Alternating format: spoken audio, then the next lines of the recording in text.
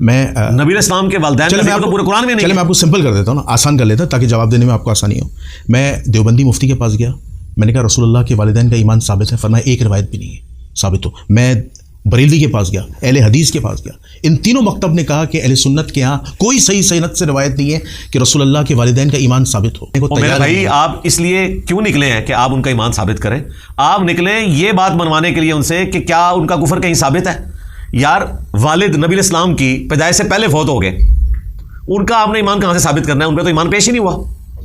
اور والدہ 6 سال کی عمر میں جب نبی علیہ السلام کی حیات مبارکہ تھی, وہ دنیا سے چلی گئی, ان پہ تو ایمان پیش ہی نہیں ہوا.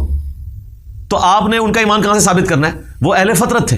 لِتُنذِرَ قَوْمًا مَّا أُنذِرَ آبَاؤُهُمْ فَهُمْ غَافِلُونَ. اچھا اس کا بھی وہ جواب دیتے ہیں.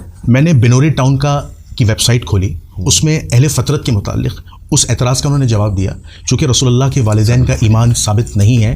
یہ جو اہل فطرت کی جو دلیل دی جاتی ہے کمزور ہے, وہ اس لحاظ سے یار کفر ثابت ہے کہ نہیں پہلے یہ بتائیں. ایمان ثابت کرنا تو ضروری نہیں ہے.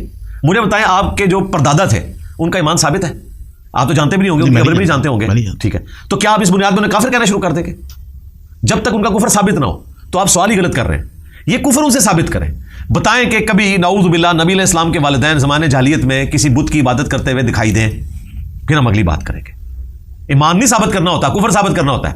ایمان ثابت کرنے نکلے تو اعلیٰ حضرت کے نزدیک تو دیوبندیوں کا بھی ایمان ثابت نہیں ہے, اہل حدیث کا بھی نہیں ہے, شیعہ کا بھی نہیں ہے.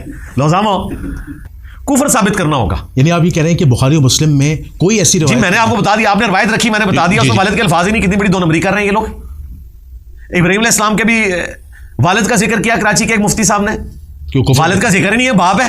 باپ ہے جی, فرق کرے نا, باپ چچا بھی ہو سکتا ہے. جی ظاہر ہے, پاسبلٹی موجود ہے.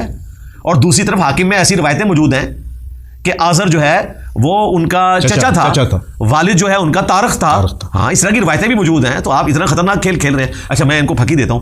صحیح مسلم میں حدیث ہے, علی سے محبت نہیں رکھے گا مگر مومن, علی سے بغض نہیں رکھے گا مگر منافق. ٹھیک ہے جی. آپ مجھے بتائیں جنہوں نے حضرت علی سے جنگ کی ہے, کیا یہ سارے مفتی انہیں منافق کہیں گے؟ نہیں کہہ سکتے. کیوں؟ نبی السلام تو کہہ رہے ہیں بغض نہیں رکھے گا مگر منافق. اس کی سے اگلا ورژن, بس یہی بات ہے نا. جی جی, ہم بھی نہیں کریں گے, کسی پہ منافقت کا فتویٰ نہیں لگائیں گے. ہم دونوں جگہ ایک جگہ پہ کھڑے ہیں کہ ہم اس حدیث کے ہوتے ہوئے بھی آپ کہیں گے نہیں جی بغض ہے نا, جبھی تو ممبروں پہ گالیاں نکلوائیں, تلوار اٹھا لی, اتنے مسلمان قتل ہو گئے, عمار بن یاسر بھی شہید ہو گئے, اب بھی آپ کہیں گے بغض نہیں ہے.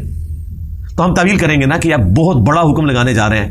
ہم یہ کہیں گے دنیا سے مغلوب ہو گئے ہوں گے, وقتی طور پہ آنکھوں کے آگے پردہ آ گیا ہوگا, شیطان نے بہکا دیا ہوگا, معصوم تو نہیں تھے نا یہ لوگ, تو غلطی ہوگی ان سے. آپ کہیں نہیں مسلم میں حدیث ہے علی سے بغض نہیں رکھے گا مگر منافق, تو یہ حدیث سامنے رکھیں اور بریکٹ لگائیں, ہم نہیں لگائیں گے, نہ یہ لگائیں گے. تو حضور کے والدین کے بارے میں بھی یہ حکم نہ لگائیں.